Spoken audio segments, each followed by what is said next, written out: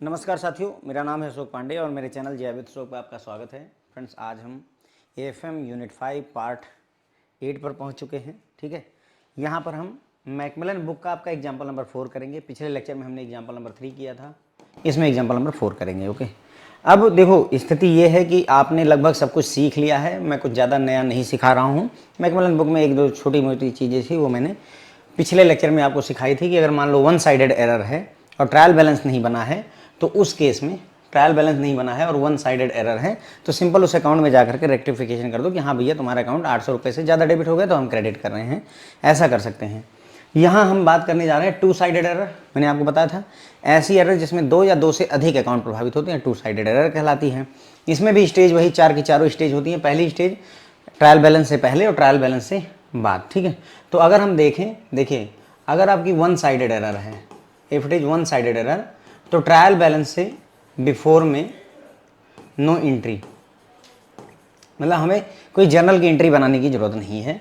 लेकिन अगर trial balance बन चुका है, उसके आफ्टर में प्रॉब्लम होती है, तो उस केस में जर्नल एंट्री चाहिए होती है। ठीक है, अब अगर टू साइडेड एरर से मैं इसको कंपेयर करवाऊँ कि क्या चेंजेज आएंगे, तो भाई देखो, जैसे ट्रायल बैलेंस के आफ्टर वाला जो सीन है कि हमें जर्नल एंट्री चाहिए आफ्टर में, उसी तरीके से यहाँ पर ट्रायल बैलेंस के बिफोर में भी जर्नल एंट्री चाहिए होगी। यहाँ क्यों ऐसा कहा गया? जब वन साइडेड एरर थी तो कहा गया कि जाओ एक अकाउंट में डेबिट कर दो या एक अकाउंट में क्रेडिट कर दो, क्योंकि अकाउंट अभी फाइनलाइज नहीं हुआ, क्योंकि ट्रायल बैलेंस बनाया नहीं था, पहले ही पता चल चुका है एरर का, तो हम सीधे सीधे एक अकाउंट में जाकर के मॉडिफिकेशन कराते थे। फिर यहाँ अगर हम टू साइडेड एरर हो गई, तो यहाँ पर हम क्यों जो है जर्नल एंट्री क्यों पास करें, क्यों नहीं हम जाकर के दोनों अकाउंट में चेंजेस कर रहे हैं? तो एज पर अकाउंटिंग रूल, अगर एक अकाउंट में गलती है तो चलो मॉडिफाई कर दिया, जाकर के लिख दिया, दैट इज ओके। लेकिन अगर दो अकाउंट में गलती हो गई तो वो काम को हम बिना जर्नल एंट्री के नहीं कर सकते हैं। समझ गए बात को? जैसे मान लो कैश अकाउंट है, अगर गड़बड़ सिर्फ कैश अकाउंट में हुई है तो कैश अकाउंट में जाकर के डेबिट या क्रेडिट कर दो, बिफोर ट्रायल बैलेंस की मैं बात कर रहा हूँ, बिफोर ट्रायल बैलेंस की। लेकिन मान लो कैश अकाउंट और सैलरी अकाउंट दोनों इन्वॉल्व हैं, ठीक है, अगर सिर्फ कैश में हुई है तो सिंगल साइडेड एरर है, जाकर के कैश अकाउंट में मॉडिफिकेशन कर दो, कोई इशू नहीं। लेकिन अगर गलती सेल्स अकाउंट और सैलरी अकाउंट और कैश अकाउंट दोनों में हो गई है, इस केस में भले ही ट्रायल बैलेंस हमारा नहीं बना है, लेकिन आपको अलाउ नहीं किया जाता कि आप जाकर के कैश अकाउंट में भी जो है चेंजेस कर दीजिए और सेल्स अकाउंट में भी चेंज कर दीजिए, आपको अलाउ नहीं किया जाता है। सिर्फ एक अकाउंट में है देन इट इज ओके, अगर एक अकाउंट से ज़्यादा है नो, नॉट अलाउड। ठीक है, तो यहाँ पर हमें जनरल एंट्री पास करनी पड़ेगी बोथ द केसेस, चाहे ट्रायल बैलेंस के पहले हो चाहे ट्रायल बैलेंस के बाद हो। तो यहाँ हम कुछ नया नहीं सीखेंगे, क्यों? क्योंकि जनरल एंट्री से करते हुए रेक्टिफिकेशन आ ही रहे हो, तो ट्रायल बैलेंस से पहले भी जो है जनरल एंट्री बनाओगे और ट्रायल बैलेंस के बाद में भी जनरल एंट्री बनाओगे, तो कुछ भी नया नहीं सीखेंगे, जो कुछ भी सीखा है उसी से काम हो जाएगा। तो अगर हम देखें तो बेसिकली ये क्या है, एक तरीके का प्रैक्टिस सेशन है। ओके, तो under two sided errors two or more accounts are affected, दो या दो से अधिक भी हो सकते हैं, मैं ये नहीं कहता सिर्फ दो ही, दो से अधिक भी हो सकते हैं। वन साइडेड एरर में सिर्फ एक अकाउंट और टू साइडेड में दो तीन चार पाँच कुछ भी हो सकते हैं। ओके, बता चुका हूँ, दो या दो से अधिक अकाउंट प्रभावित होते हैं। In most of the cases the debit and credit are equally affected, और ज़्यादातर केसेस में डेबिट और क्रेडिट बराबर तरीके से प्रभावित होते हैं। While rectifying these errors first pass the correct entry, then show the wrong entry which are already passed in the books, and by comparing wrong entry with the correct one rectification entry can be passed। तो यही हम करते ही हैं। पहले क्या करते हैं, एक करेक्ट जर्नल एंट्री बनाते हैं, फिर रॉन्ग जर्नल एंट्री बनाते हैं। जो करेक्ट में जैसा रहता है वैसा ही रहने देते हैं, रॉन्ग साइड में जो गड़बड़ी होती है उसको गद्दी से उतार करके उल्टी साइड में बिठा देते हैं। ठीक है, तो ये सारी चीज़ें मैं आपको समझा और सिखा चुका हूँ, इसमें कोई डाउट आपको नहीं बनना चाहिए।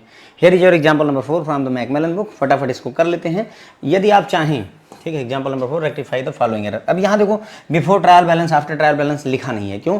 क्योंकि ये दो अकाउंट को प्रभावित कर रहा है, बिफोर में भी वही करोगे, आफ्टर में भी वही करोगे। ठीक है, तो चाहे यहाँ पर स्टेज 1 हो चाहे स्टेज 2 हो, इवन स्टेज 3 में भी वही सेम काम होगा। क्यों? क्योंकि मैंने आपको बताया था कि स्टेज 2 यानी कि बिफोर आफ्टर ट्रायल बैलेंस कहूँ या बिफोर जो है फाइनल अकाउंट कहूँ, एक ही बात है, राइट? ये हम बात कर चुके हैं कि स्टेज 2 स्टेज 3 एक ही होती है।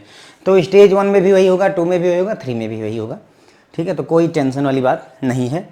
इसीलिए यहाँ कहीं लिखा नहीं है कि आपको ट्रायल बैलेंस से पहले करना है कि ट्रायल बैलेंस से बाद करना है। कुछ जगहों पर देंगे ये, लेकिन यहाँ नहीं लिखा हुआ है। पहली गलती क्या हुई है, अगर आप चाहें तो वीडियो को रोकें और इन चारों इंटरव्यू को खुद से पास करने का थोड़ा प्रयास करें अपनी तरफ से, क्योंकि लगभग हर चीज़ सीख चुके हो। यहाँ पर कुछ नया नहीं सिखाऊंगा मैं, ये सब कर चुके हो, कहीं ना कहीं किसी न किसी रूप में हम ये कर चुके हैं। और यदि नहीं भी किया है तो दिमाग इतना डेवलप है कि अभी आप इसे कर सकते हैं। तो आप चाहें, जैसे देखो हमने गुड्स खरीदा था सोहन लाल से और उसको ले जा करके रिकॉर्ड कर दिया किसमें, सेल्स रजिस्टर। सेल्स रजिस्टर या सेल्स बुक मैंने आपको बताया था, ध्यान करिए, सेल्स रजिस्टर कहे या सेल्स बुक कहे, तो दोनों एंट्रीज में गलती हो चुकी है, दोनों अकाउंट में गलती हो चुकी है, राइट। तो उससे ये पकड़ लिया हमने, यानी कि ये हुआ क्या, हमने खरीदारी की थी, सोहन लाल से कोई सामान खरीदा था, लेकिन बिल ले जा करके सेल्स डिपार्टमेंट को दे दिया, तो जो खरीदने वाला बिल था वो पूरी तरह से बदल करके बेचने वाले बिल में बदल गया। अपन ने इस बारे में डिस्कस किया हुआ है, ठीक है। जो विजय को सैलरी पे की गई थी वो डेबिट कर दी गई उसके पर्सनल अकाउंट से। विजय को जो सैलरी दी गई है वो उसके अकाउंट में क्रेडिट होनी चाहिए, लेकिन हमने क्या किया, उसे डेबिट कर दिया है। जो वेजेज पेड किए गए थे मशीन के इंस्टॉलेशन के लिए 500 रुपये, वो वेजेज अकाउंट से, जब वेजेज पे किए गए हैं, नई मशीनरी इंस्टॉल की जाती है तो उसके लिए मशीन अकाउंट को डेबिट किया जाना चाहिए, लेकिन हमने गलती से उसके लिए वेजेज अकाउंट को यूज कर लिया, तो ये भी आप कर चुके हैं। रेंट 200 रुपये पे किया गया था, उसको हमने डेबिट कर दिया पोस्टेज अकाउंट से, यानी रेंट अकाउंट को ना डेबिट करके हमने पोस्टेज अकाउंट को डेबिट कर दिया। तो इस तरीके की सारी एरर्स फ्रेंड्स हम कर चुके हैं, कुछ नया नहीं है। एक एक ट्रांजेक्शन उठाएंगे, goods purchase from Sohan Lal से शुरू करते हैं और इसको रेक्टिफाई करने का प्रयास करेंगे, ठीक है। अब देखो मैं जब पढ़ाता हूँ तो भाई उसमें 30, 35, 40 मिनट लग जाते हैं, लेकिन आप करने बैठोगे तो इतनी देर लगती नहीं है, फटाफट हो जाता है, लेकिन मुझे चूंकि एक्सप्लेन करना है इसलिए समय लगता है। ओके, आप खुद करेंगे तो ये ज़्यादा समय नहीं लगेगा। Goods purchase from Sohan Lal, ठीक है, 500 रुपये का हमने गुड्स खरीदा है सोहन लाल से, तो इसकी करेक्ट जर्नल एंट्री क्या होगी, देखो हमने परचेजिंग करी है तो purchase account should be debited, purchase account debit, क्यों, क्योंकि ये एक्सपेंस है, 500 से डेबिट होगा। और 2 किसको, सोहन लाल, सोहन लाल क्यों क्रेडिट हो रहा है, क्योंकि debit the receiver and credit the giver होता है पर्सनल अकाउंट में, क्योंकि सोहन लाल को हमने बेचा है तो उसे रिसीव होगा, राइट। तो परचेज किया है तो वो गिवर होगा, ठीक है। हमने चूँकि गुड्स को परचेज किया है तो सोहन लाल हमें गुड्स देगा, क्या करेगा, हमें गुड्स देगा, तो डेबिट द रिसीवर होता है, क्रेडिट द गिवर होता है, तो गिवर को क्रेडिट कर देंगे, इसलिए सोहन लाल को 500 रुपये से क्रेडिट कर दिया है, ठीक है। तो ये हमारी करेक्ट जर्नल एंट्री हो गई। अब देखो पहले जर्नल एंट्री सीखने में कितनी मेहनत की थी हमने चैप्टर नंबर 3 में, अब यहाँ क्या है, जर्नल एंट्री को यूज कर रहे हैं, ठीक है। रॉन्ग एंट्री क्या हो गई भाई, हमसे गड़बड़ क्या हो गई, इसको हमने ले जा करके रॉन्गली रिकॉर्ड कर दिया सेल्स रजिस्टर में, ले गए सेल्स बुक में डाल दिया, जो खरीद का सौदा था उसे बेच के सौदे में बदल दिया। तो पहले हमने 500 रुपये का सामान खरीदा था सोहन लाल से, अब हमने 500 रुपये का सामान सोहन लाल को बेच दिया है।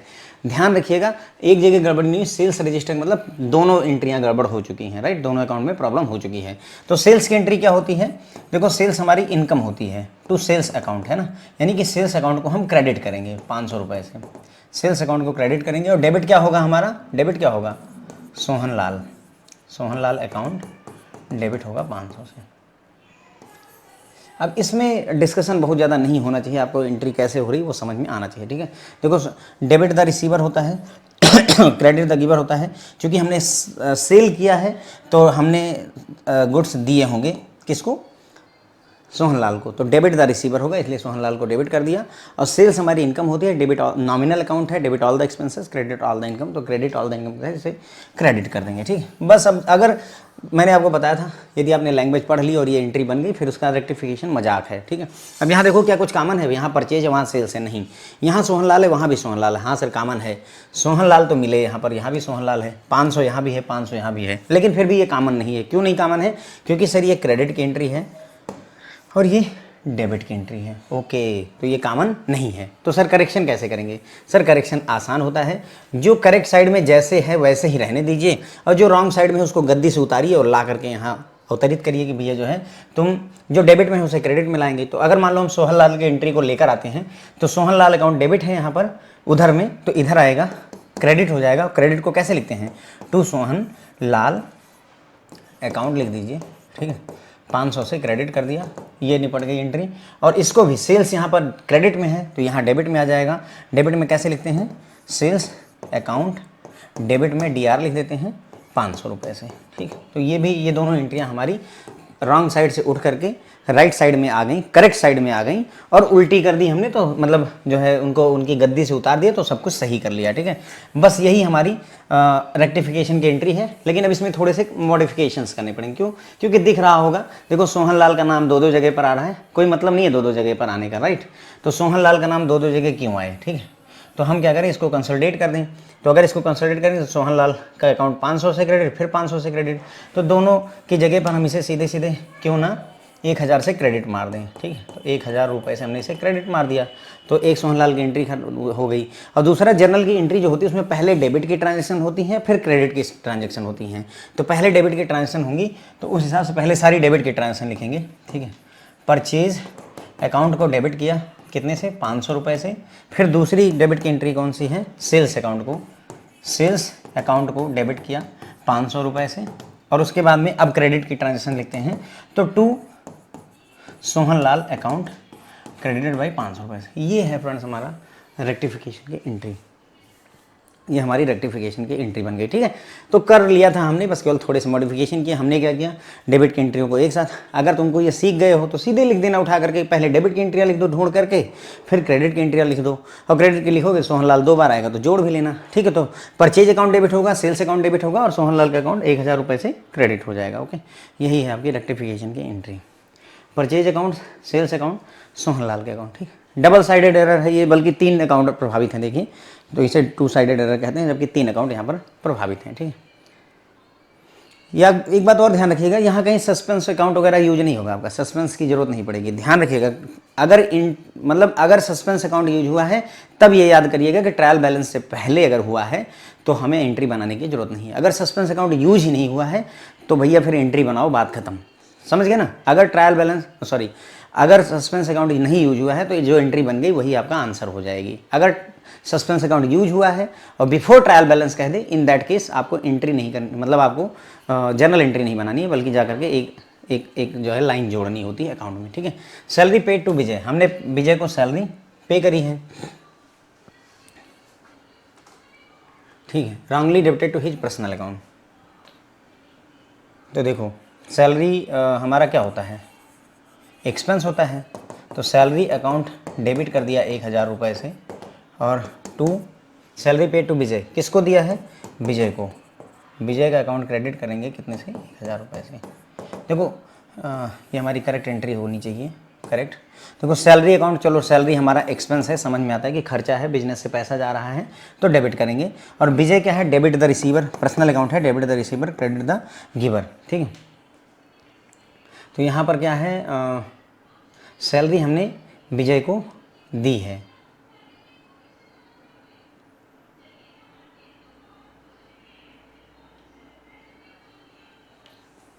एक मिनट, यहाँ पर थोड़ी सी गड़बड़ हो गई। देखो सैलरी पे की है हमने विजय को, ठीक है, तो विजय का अकाउंट हमारे बिजनेस के लिए कंसर्न नहीं रखेगा इनिशियली। ठीक है, तो क्या होगा इसकी एंट्री, देखो सैलरी अकाउंट इन्वॉल्व होगा और दूसरा हमारे बिजनेस से कैश जाएगा, राइट, कैश अकाउंट इन्वॉल्व होता है। तो सैलरी अकाउंट 1000 रुपये से डेबिट कर देंगे और कैश अकाउंट को 1000 रुपये से क्रेडिट कर देंगे, ये होगी इसकी एंट्री। ठीक है, क्योंकि विजय जो है डेबिट द रिसीवर के तहत, अगर हम यहाँ पर विजय को रख रहे थे तो ध्यान दीजिए डेबिट द रिसीवर हो रहा था, तो डेबिट होना चाहिए विजय का अकाउंट, लेकिन ऐसा नहीं है। तो बिजनेस के पॉइंट ऑफ व्यू से हमारी सैलरी जा रही, बदले में कैश जा रहा है, 2 अकाउंट इन्वॉल्व। सैलरी अकाउंट हमारा एक्सपेंस है और कैश हमारा रियल अकाउंट होता है debit. You should debit what comes in and you should credit what goes out. ठीक है, तो जो जा रहा है उसको क्रेडिट करते हैं, ये इसका फंडा चलता है। ठीक है, चलो, तो ये एक छोटी सी मिस्टेक है। सैलरी अकाउंट को हमें 1000 से डेबिट करना है और कैश अकाउंट को 1000 से क्रेडिट करना है। Wrongly debited to his personal account, यानी कि हमने क्या किया, इसको गलती से डेबिट कर दिया उसके पर्सनल अकाउंट, जो मैंने अभी इनिशियली गलती की थी ना। अभी मैंने क्या किया था, विजय के अकाउंट में क्या बोल रहा था कि विजय का अकाउंट पर्सनल अकाउंट है, तो ये डेबिट द रिसीवर के तहत डेबिट हो जाएगा, तो ये गलती इन्होंने की। तो सैलरी अकाउंट डेबिट होना था, लेकिन हमने क्या किया, wrongly debited to his personal account, यानी कि हमने क्या किया, इसकी जगह पर विजय के अकाउंट को डेबिट कर दिया कितने से, 1000 रुपये से। और to cash account, sir cash account के बारे में कोई ऐसी बात नहीं कही गई है, तो वो सही था। ठीक है, ये हुआ है एक्चुअली। तो सैलरी जो विजय को पे की गई थी वो रॉन्गली डेबिट कर दी गई हिज पर्सनल अकाउंट बाई 1000 रुपये। ठीक है, तो सैलरी अकाउंट को डेबिट करना चाहिए था, लेकिन हमने गलती से विजय के अकाउंट को डेबिट कर दिया। जैसा कि मैंने अभी आपको दिखाया कि भाई अगर हम यहाँ पर विजय लेते हैं तो विजय रिसीवर है और डेबिट द रिसीवर के तहत डेबिट होना चाहिए था। तो उसी गलती के तहत इन्होंने क्या किया, सीधे उठा करके सैलरी अकाउंट की जगह विजय अकाउंट यूज कर लिया। जो मैंने गलती करी हुई थी वही गलती ये भी कर चुके हैं। तो अब इसको करेक्ट करना है, ये करेक्ट एंट्री है, ये रॉन्ग एंट्री है। देखो कैश अकाउंट ये सेम है, ये भी सेम है, यहाँ पर 2 लगा रहेगा, ठीक है, ये सेम है, ये सेम है, सब कुछ सेम है। कैश अकाउंट है, क्रेडिट साइड में है, 1000 रुपये है, ऑल इज वेल। तो इसको हटा देते हैं। अब क्या हुआ, यहाँ जो करेक्ट है उसको वैसे ही रहने देते हैं, जो रॉन्ग है उसको गद्दी से उतार करके ठीक करते हैं। तो इसको गद्दी से उतारेंगे तो विजय का अकाउंट डेबिट हो रहा, तो यहाँ विजय का account to Vijay account credit कर देंगे 1000 रुपये से, ठीक है। तो हमारी रॉन्ग साइड की एंट्री हट गई। बस यही करने का हमारा प्रयास था। सैलरी अकाउंट को 1000 से डेबिट करिए और विजय के अकाउंट को 1000 से क्रेडिट कर दीजिए, आपकी रेक्टिफिकेशन हो जाएगी इसकी, ठीक है। सैलरी के अकाउंट को 1000 से डेबिट करिए और विजय के अकाउंट को 1000 से क्रेडिट कर दीजिए, तो आपका काम हो जाएगा, ठीक है। अगली एंट्री लेते हैं। अगली एंट्री क्या कहती है, wages paid for installation of machinery 500 were debited to wages account. देखो मशीन के कॉन्सेप्ट में ध्यान रखना, जैसे अगर हम कोई नई मशीन खरीदते हैं, ये हम डेप्रिसिएशन में यूज करेंगे बहुत ज़्यादा। डेप्रिसिएशन चैप्टर में ये बात आपको बहुत अच्छे से सिखाई जाएगी।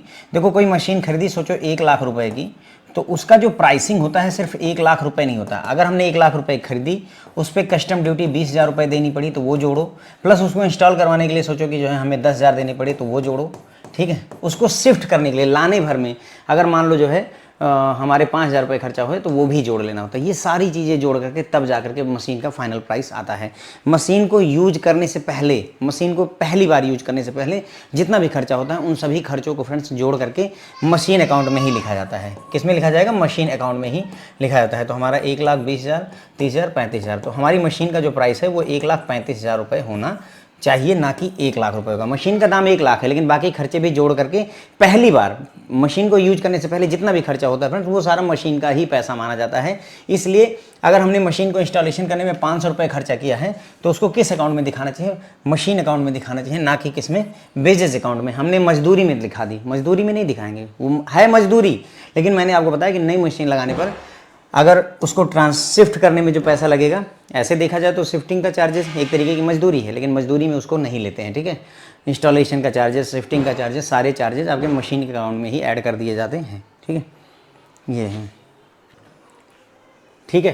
तो ये बात क्लियर हो गई कि हमें क्या करना था, मशीनरी अकाउंट को 500 रुपये से डेबिट या क्रेडिट जो भी करना चाहिए तो वो करना चाहिए था, ठीक है।